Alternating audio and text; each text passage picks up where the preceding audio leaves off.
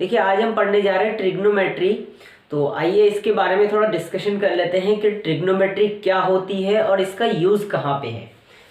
यहाँ पे मैंने कुछ फिगर बना रखा है। देखिए सबसे पहले आपको पता होना चाहिए कि ट्रिग्नोमेट्री जो है वो हमेशा एक राइट एंगल ट्राइंगल में लगती है। राइट एंगल ट्राइंगल मतलब जिसका एक जो एंगल हो वो 90 डिग्री ज़रूर होना चाहिए। ओके, अब राइट एंगल ट्राइंगल में देखिए जो नीचे वाली साइड है इसको हम बेस कहते हैं, जो साइड है ये वाली इसको हम परपेंडिकुलर कहते हैं, और जो सबसे लंबी साइड होती है उसको हम हाइपोटेन्यूस कहते हैं। ठीक हो गया। अब कुछ ट्रिग्नोमेट्री फंक्शन होते हैं। देखिए मैं उन फंक्शंस को जो एंगल ए है उससे मेजर कर रहा हूँ, तो एंगल ए से मेजर करेंगे। सबसे पहला फंक्शन होता है यहाँ पे साइन ए। ठीक है, साइन ए, तो ये क्या हो जाता है परपेंडिकुलर अपॉन हाइपोटेन्यूस। तो परपेंडिकुलर अपॉन हाइपोटेन्यूस, परपेंडिकुलर क्या है देखिए BC अपॉन हाइपोटेन्यूस क्या है AC। इसको आप लोग ऐसे लर्न कर सकते हैं। देखिए PBP upon B। P means perpendicular, B means base, P means perpendicular, H means hypotenuse, B means base. ठीक है, तो यहाँ पे साइन वाला जो होता है वो हमारा ये हो जाता है perpendicular upon hypotenuse, perpendicular upon hypotenuse. Second function होता है हमारा कॉस। तो कॉस ए क्या हो जाएगा देखिए, ये बीच वाला जो होता है ये कॉस का हो जाता है बेस अपॉन हाइपोटेन्यूस। तो बेस ये है AB अपॉन हाइपोटेन्यूस AC। इसके बाद हो जाता है tan।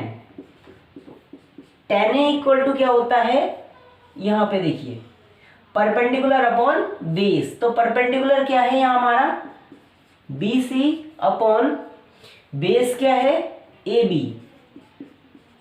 तो ये तीन फंक्शन है हमारे ट्रिग्नोमेट्री फंक्शन।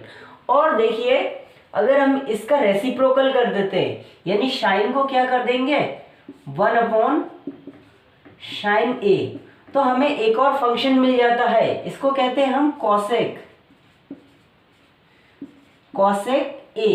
तो यहाँ पे साइन का फंक्शन जो था BC अपॉन AC ये भी पलट जाएगा, यानी कि हो जाएगा AC upon BC। AC means hypotenuse, BC means perpendicular. तो AC अपॉन BC क्या हो गया हाइपोटेन्यूस अपॉन परपेंडिकुलर। इसी तरह देखिए कॉस को करते हैं 1 अपॉन कॉस A। तो 1 अपॉन कॉस करेंगे तो ये हमें एक नया फंक्शन मिलता है जिसको हम कहते हैं sec A या sec A। तो sec A के साइड्स क्या हो जाएंगे देखिए AB अपॉन AC था कॉस का, तो पलट जाएगा, तो ये हो जाएगा AC upon AB, AC upon AB। अगला फंक्शन क्या हो जाएगा देखिए 1 अपॉन tan A। तो 1 अपॉन tan A जब करेंगे तो नया फंक्शन जो मिलता है उसको हम कहते हैं cot, cot A। तो tan के जो साइड्स थे वो भी पलट जाएंगे, ये हो जाएगा AB बट्टे BC। तो ये हमारे 6 फंक्शंस हैं ट्रिग्नोमेट्री के। इसी के द्वारा हम सारा अब इस चैप्टर में जो भी क्वेश्चन करेंगे इन्हीं फंक्शंस के द्वारा करेंगे। अब देखिए इसका यूज़ क्या होता है। आप लोगों ने ये सोचा होगा कि इसका यूज़ कहाँ होता है। आइए मैं आपको बताता हूँ आज। तो देखिए इसका यूज़ क्या है। आप सभी ने कुतुब मीनार देखा होगा या फिर कोई खंबा होगा देखा होगा। तो मान लीजिए ये कुतुब मीनार या एक खंबा है, एक लड़का है जो जमीन पे खड़ा है। ठीक है, यहाँ से वो क्या कर रहा है उस खंबे की जो हाइट है वो देख रहा है। ठीक है, यहाँ से वो खंबे को देख रहा है और यहाँ से ये कितनी दूरी पे खड़ा है। यहाँ पे देखिए एक 90 डिग्री का एंगल बनेगा। तो ये जो ट्रायंगल बन रहा है वो राइट एंगल ट्रायंगल ही तो बन रहा है। तो इससे क्या कर सकते हैं हम, अगर यहाँ से यहाँ तक की दूरी पता है, हमें एंगल पता है, तो हम इस खंबे की ऊंचाई पता कर सकते हैं। ठीक है, हमें ओनली यहाँ पे एंगल पता होना चाहिए और एक साइड पता होगा, तो हम इस खंबे की ऊंचाई को आराम से बता सकते हैं। इसी तरह आप क्या कर सकते हैं, किसी अगर छत पे खड़े हैं वहां से नीचे देख रहे हो तो नीचे देखोगे तो वहां पर भी एंगल बनेगा और उसको हम ट्रिग्नोमेट्री फंक्शन से सॉल्व करके बड़े आसानी से उस वस्तु तक की दूरी बता सकते हैं। देखिए जो पूरी ट्रिग्नोमेट्री है ना, इस टेबल पे आधारित है, इस टेबल पे बेस्ड है। अगर ये टेबल आपने लर्न कर ली तो आपके लिए ट्रिग्नोमेट्री बहुत ही इजी हो जाएगी। देखिए कैसे, सबसे पहले जो साइन है, साइन की वैल्यू 0 डिग्री पे तो ये 0 हो जाती है, ठीक है। उसके बाद 30 डिग्री है तो यहाँ पे हो जाता है 1/2। उसके बाद आता है 45 डिग्री, तो 45 डिग्री पे हो जाता है 1/√2, ठीक। उसके बाद 60 डिग्री पे हो जाता है √3/2 और 90 डिग्री पे इसकी वैल्यू हो जाती है 1, ठीक हो गया। अब कॉस का निकालेंगे तो इसको सिंपली उल्टा कर देंगे, जो 90 डिग्री पे था वो 0 डिग्री पे आ जाता है, तो कॉस 0 की वैल्यू 1 हो जाएगी और ये वाली वैल्यू यहाँ आ जाएगी √3/2।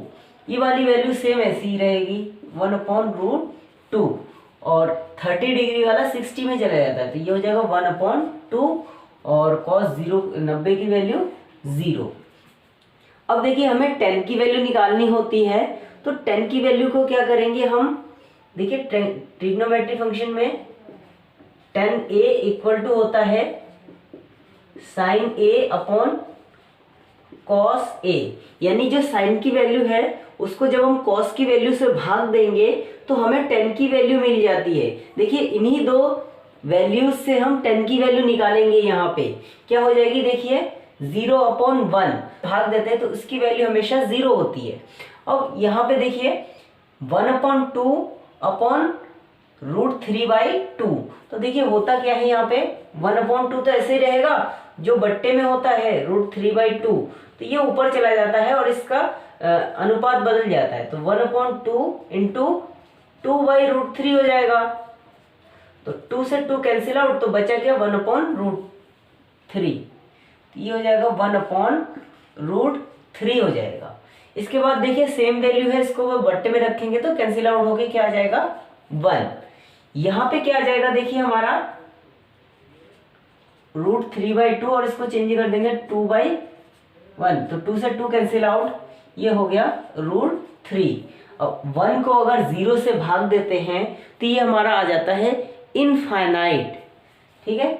इनफाइनाइट को ऐसे दिखाते हैं।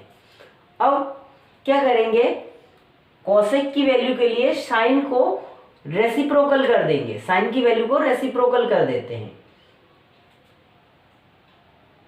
तो क्या हो जाएगा, देखिए 1/0 यानी कि इनफाइनाइट, 1/ समथिंग करेंगे तो ये आ जाएगा 2, 1/this करेंगे तो √2, यहाँ पे करेंगे तो ये 2/√3 और 1/1 करेंगे तो ये 1 ही रहेगा, ठीक। अब इसी तरह कोसेक की वैल्यू निकालने के लिए कॉस को रेसिप्रोकल करेंगे तो 1/1 आ जाएगा 1, ये आ जाएगा 2/√3। इसमें एक चीज आपने नोटिस की होगी, देखिए जो कोसेक की वैल्यूज है वो पलट जा रही है, जो 90 की वैल्यू थी वो 0 पे आ गई है, ठीक है, और जो 60 की वैल्यू थी वो 30 पे आ गई है, तो ये वैल्यू यहाँ आ जाएगी। इसके बाद ये वैल्यू उठ के यहाँ और इनफाइनाइट यहाँ आ जाएगा। अब इसके बाद आ जाता है कॉट, तो कॉट के लिए क्या करेंगे, वो 10 का रेसिप्रोकल होता है, तो ये हो जाएगा 1/0 यानी कि इनफाइनाइट, ठीक हो गया। 1/√3 ये हो जाएगा √3, 1/1 हो जाएगा 1 और 1/√3 ये जगह 1/√3 रहेगा, ये 1/इनफाइनाइट करेंगे तो ये हो जाता है 0।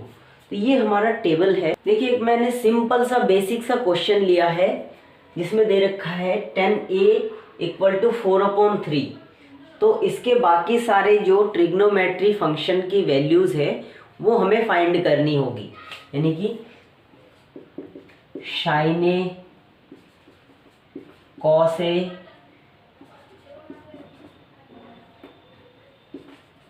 cot a, उसके बाद sec a,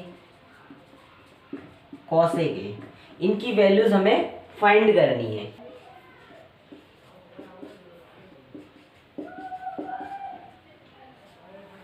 देखिए करेंगे क्या, यहाँ पे हमें पता है फंक्शन जो tan है वो क्या होता है, परपेंडिकुलर अपॉन बेस होता है, परपेंडिकुलर अपॉन बेस। तो यहाँ कंपैरिजन कर देंगे परपेंडिकुलर बेस से, तो यहाँ से हमें परपेंडिकुलर कितना मिल गया 4, ये परपेंडिकुलर हो गया 4 और बेस देखिए कितना हो गया 3, तो बेस हो गया 3। अब आपने कभी पाइथागोरस थ्योरम पढ़ा होगा, अगर नहीं पढ़ा होगा तो देख लीजिए। पाइथागोरस थ्योरम में क्या होता है, हाइपोटेन्यूज का स्क्वायर इक्वल टू परपेंडिकुलर का स्क्वायर प्लस बेस का स्क्वायर। तो वही चीज करेंगे हम, hypotenuse square equal to base square plus perpendicular square. तो हमें क्या चाहिए, हाइपोटेन्यूज चाहिए, तो इक्वल टू ये स्क्वायर इधर आएगा तो अंडर रूट हो जाता है, अंडर रूट में B square plus P square.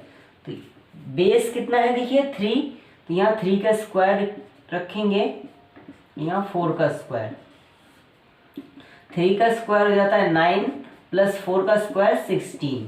इन दोनों को ऐड करेंगे तो ये हो जाएगा 25 और 25 का जब अंडर रूट निकालते हैं तो वो आ जाता है 5। ठीक है, यानी हमारा हाइपोटेन्यूज कितना आ गया 5।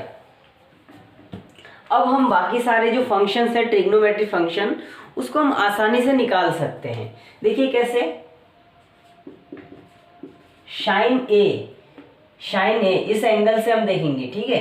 तो साइन क्या होता है, साइन ए का परपेंडिकुलर अपॉन हाइपोटेन्यूज। तो परपेंडिकुलर कितना है 4 और अपॉन हाइपोटेन्यूज कितना है 5, ये 4/5 हो गया। इसी तरह कॉस ए, ये क्या होता है बेस अपॉन हाइपोटेन्यूज। तो बेस कितना है 3 और हाइपोटेन्यूज कितना है 5। इसी तरीके से आप कॉसेक, सेक और कॉट का भी निकाल सकते हैं। अगर वीडियो अच्छी लगी हो तो लाइक करें, शेयर करें और हमारे चैनल को सब्सक्राइब करना ना भूलें।